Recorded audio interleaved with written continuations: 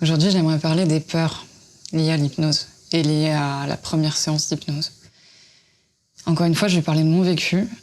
C'est possible que ça te parle, c'est un peu l'idée, c'est que mes vidéos rentrent directement avec des interrogations ou des peurs, justement, en l'occurrence, que des personnes ont. Et là, du coup, je m'adresse particulièrement à des personnes qui ont envie de tester l'hypnose en thérapie ou de tester l'hypnose pour... je sais pas moi, un arrêt du tabac ou quelque chose de plus précis, plus ponctuel. Une phobie, enfin voilà. En 2021, donc, je fais ma première séance d'hypnose. Et comme je disais dans la vidéo précédente, c'était une période où, en fait, moi, je me sentais en...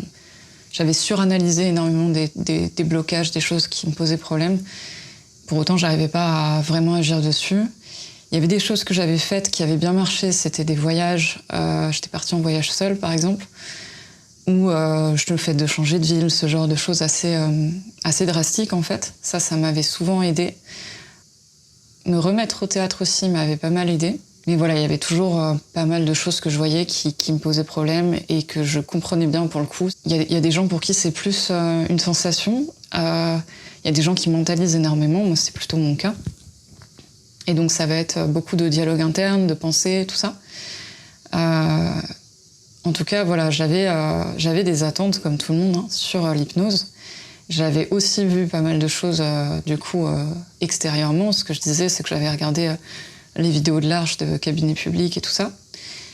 Et je me faisais un peu, je sais pas comment dire, il y avait un truc que j'ai retrouvé après chez d'autres personnes que j'ai connues qui s'apprêtaient aussi à aller faire de l'hypnose. Il y avait ce truc de me dire, mais quand même, j'ai pas trop envie de changer, parce que j'ai peur de pas me retrouver. Et donc, de vraiment, en fait, imaginer ou envisager le changement lié à l'hypnose comme un truc qui allait être... comme si j'allais changer d'identité, comme si ça allait me transfigurer au point où moi-même, j'allais pas me reconnaître ou... je sais pas comment dire, alors, pour le coup, l'hypnose change des trucs, c'est clair, et c'est vécu. Mais les changements sont beaucoup plus subtils, en fait, que ça. Et ouais, en fait, c'est comme si je grossissais le truc. Donc, imaginons que tu as un symptôme aussi complexe que l'anxiété sociale, par exemple. Une séance d'hypnose va pas te retirer l'anxiété sociale. Par contre, une séance d'hypnose, ou plusieurs, mais dépendant, des fois une séance, ça touche bien au cœur du truc et voilà. La séance va réduire, calmer des choses. Donc si c'est de l'anxiété sociale, ça va être de l'ordre de la relation, donc ça va être à ce niveau-là, et va apporter un confort supplémentaire. Si je dois faire une métaphore par rapport à une séance qui m'avait sacrément fait une sacrée diff à ce niveau-là, particulièrement sur l'anxiété sociale, ça m'avait donné la sensation que j'étais dans des habits trop serrés et que là, c'était comme si j'avais de nouveau de la place, en fait, de nouveau de l'aisance, de l'air, en fait, voilà. Et je m'étais dit, waouh! Et je m'en remettais pas, en fait. C'était assez génial parce qu'en fait, après la séance, ça m'avait vraiment fait drôle, mon rapport aux autres, comment il y avait quelque chose qui avait évolué. Et les jours d'après, les semaines d'après, j'étais encore en train de me dire, mais cette séance, elle a sacrément bougé des trucs, quoi. Pour autant, c'est pas des changements qui sont... La plupart du temps, je vais dire, plutôt. Et là, c'était au bout de plusieurs séances aussi. La plupart du temps, les changements sont assez subtils, en fait, quand même. C'est un peu comme un effet domino. C'est-à-dire qu'on pousse un domino, d'effet en effet, il se passe des choses dans notre vie qui s'améliorent. Par exemple, tu réduis ton anxiété sociale, tu vas pas forcément t'en rendre compte tout de suite. Tu vas peut-être t'en rendre compte si tu as vraiment une observation assez fine des changements et tout ça. Et ça va être d'abord mieux relationner avec les autres. Et le fait de mieux relationner avec les autres va amener plus de relations, voire te rendre plus ouvert en fait aux autres, plus attrayant du coup. Et de fil en aiguille, il va y avoir des meilleures relations, une meilleure qualité de relation. Ça peut même être au travail, etc. Et ça va avoir des effets en fait secondaires entre guillemets, d'apporter des changements dans la vie, parce qu'en fait, dès qu'on change nous, notre perspective, notre manière de relationner au monde en fait, forcément il y a des choses qui agissent différemment en face. C'est-à-dire qu'on n'envoie plus la même chose, tout simplement. Et donc les choses s'imbriquent en fait. Mais ouais, il y avait vraiment ce truc un peu étrange de, pour en revenir à la peur, hein, de se dire, si ça se trouve, ça va me changer un peu mon identité. Et mine de rien, je suis accrochée à mon identité. Et je suis accrochée à mes problèmes d'une certaine façon.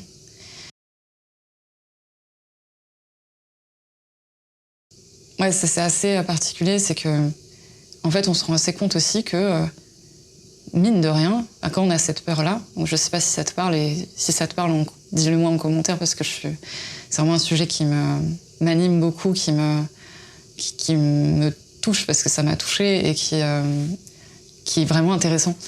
C'est que cette peur-là, en fait, elle te montre aussi qu'il y a des choses que t'es pas forcément prêt à lâcher, ou que tu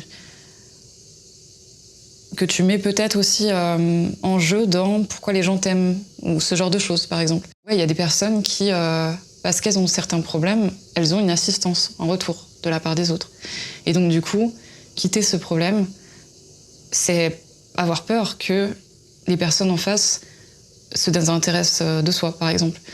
Il va y avoir des peurs liées à l'identité, au sens, est-ce que mes problèmes ou mes petites manies, mes petites incohérences, mes petites particularités qui au quotidien m'emmerdent, mais bon, au final font un peu partie de moi, est-ce que ces particularités-là font pas partie de mon charme, par exemple, de ce qui fait que les gens m'aiment bien, de ce qui fait que les gens me trouvent attachante. Enfin, il y a des choses vraiment comme ça, en fait, qui se jouent aussi à cet endroit-là.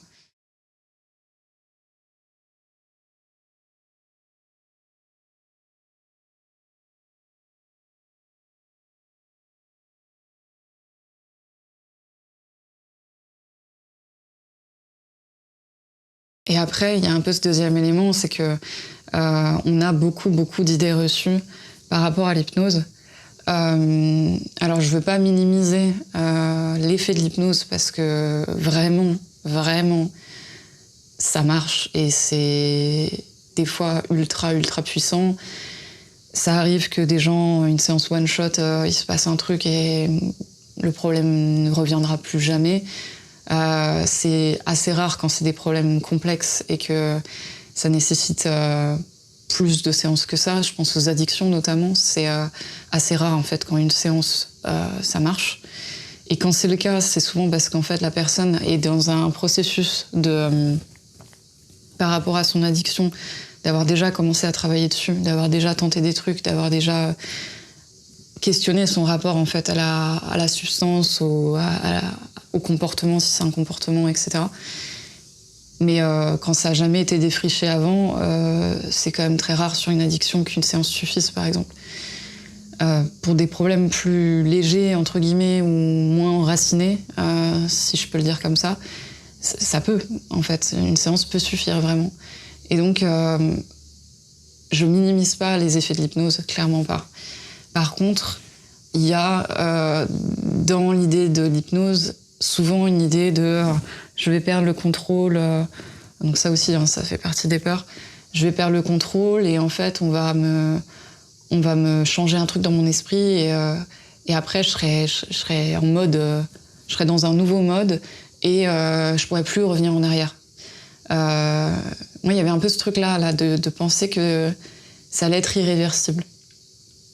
Il se trouve que ça l'est, parce que je le veux bien. En gros, les changements vers lesquels j'ai été, parce qu'on n'est pas... faut pas croire qu'on n'est pas inactif non plus en séance d'hypnose. Ça aussi, c'est une idée reçue qui revient assez souvent. Parce que les suggestions, quand on veut pas les prendre, elles passent pas, en fait.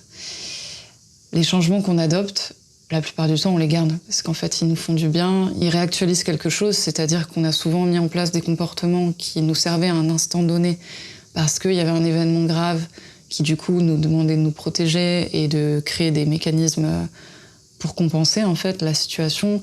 Parce que, je sais pas, moi, il y avait un contexte conflictuel avec une figure d'autorité, un prof, par exemple. Parce que, en fait, pour tout un tas de problèmes, on met en place des stratégies de compensation au moment où on rencontre la situation qui est stressante. Et souvent, ce qui se passe, c'est qu'en fait, ces mécanismes-là, on les garde et ils continuent d'agir alors que nous, on n'est plus, en fait, dans ces contextes-là. On n'est plus à l'école, on n'est plus, je sais pas moi, dans notre famille où on avait des problèmes, par exemple, et où on ne pouvait pas partir avant nos 18 ans. On n'est plus dans ces contextes-là et pourtant se rejouent encore les mêmes stress, les mêmes scénarios en fait qu'on recalque sur des situations similaires. J'ai particulièrement digressé, mais ce que je voulais dire, c'était que j'avais un peu ce truc de me dire il va y avoir un avant-après drastique. Et en fait, c'était ça. C'est qu'en fait, tout dans ma tête, à ce moment-là, me paraissait assez polarisé, assez manichéen. Comme si le changement allait être un peu, pas le jour et la nuit, j'exagère un peu, hein, mais au fond, dans la peur, vraiment la peur, parce que ça prenait pas toute la place dans ma tête, il y avait un peu ça, il y avait un peu... je pourrais pas redéfaire après le truc, si jamais je veux revenir à la version de moi d'avant, quelque chose un peu de cet ordre-là. Et en réalité, et ça va aussi avec la peur de perte de contrôle, dont je vais parler maintenant, en réalité, on prend dans les suggestions ce qu'on a envie de prendre.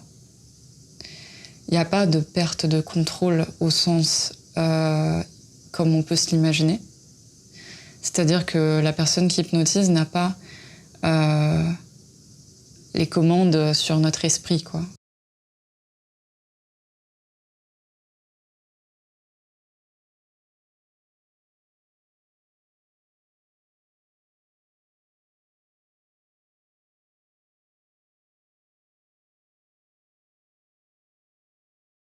En fait, quelqu'un te dit une suggestion, même au moment de l'induction. Donc l'induction, c'est la mise en transe, en fait. C'est le moment où on va décaler l'état de conscience de la personne en début de séance pour l'amener vers un état où elle est moins dans ses raisonnements logiques. Et en tout cas, c'est pas la même logique, disons. Elle est moins dans son mode par défaut, pour vraiment le dire en termes scientifiques. Le mode par défaut, c'est un réseau neuronal, en fait. Et donc, elle peut accéder à des ressources différentes à ce moment-là. Et à des émotions, à des choses dont l'accès n'est pas forcément aussi simple en temps normal. Et à son imaginaire énormément. Et donc, la personne, à ce moment-là, prend les suggestions. Et à l'étape de l'induction, il y a certaines suggestions qui passent pas. Par exemple, l'hypnotiseur va parfois dire « tu peux fermer les yeux ». Et la personne... Si c'est quelqu'un qui est hyper vigilant, pour qui c'est très flippant en fait de fermer les yeux avec quelqu'un qu'elle connaît à peine, qui se sent pas ce jour-là, sur cette première séance-là, en confiance, etc., suffisamment, voilà, la personne ne va pas fermer les yeux en fait. Par contre, si l'hypnotiseur dit à la personne fixez un point et vous allez observer qu'il y a des changements qui s'opèrent au niveau de votre perception visuelle, etc., la personne, elle va au final répondre sûrement à cette consigne-là, qui est une suggestion. Elle n'aura pas répondu à la consigne « fermer les yeux », qui est une autre suggestion. Parce que c'est pas OK pour elle et que c'est à ce moment-là pas sécurisant pour elle. Donc en fait, et c'est pareil tout au long du processus en fait. C'est-à-dire que pendant la séance va s'empiler des suggestions. Certaines vont être prises, d'autres vont pas être prises. Certaines vont être ce qu'on appelle des évocations, donc c'est-à-dire que l'hypnotiseur il va suggérer plein de trucs, comme un éventail, comme une carte de restaurant si on veut, et la personne va prendre que ce qui l'intéresse, que ce qui lui parle. Et donc voilà, c'est très personnalisé mine de rien, l'hypnose. Ça l'est d'autant plus quand le thérapeute fait quelque chose de très très sur mesure, c'est-à-dire que à l'Arche, la manière dont ils l'apprennent, c'est qu'il y a un entretien au préalable où on parle de la problématique, on explique qu'est-ce qu'on veut changer. Et en fait, l'hypnotiseur, il retient les mots importants pour la personne et il lui redit ces mots-là parce que ça fait un ancrage mémoriel pendant la séance, ce qui fait que c'est vraiment l'expérience de la personne. Elle va prendre les suggestions, mais encore une fois, même s'il y a les mots qui, elle, lui parlent, si la suggestion ne lui va pas, ou qu'elle n'est pas prête pour ça à ce moment-là de sa vie, elle va pas la prendre, en fait, c'est tout.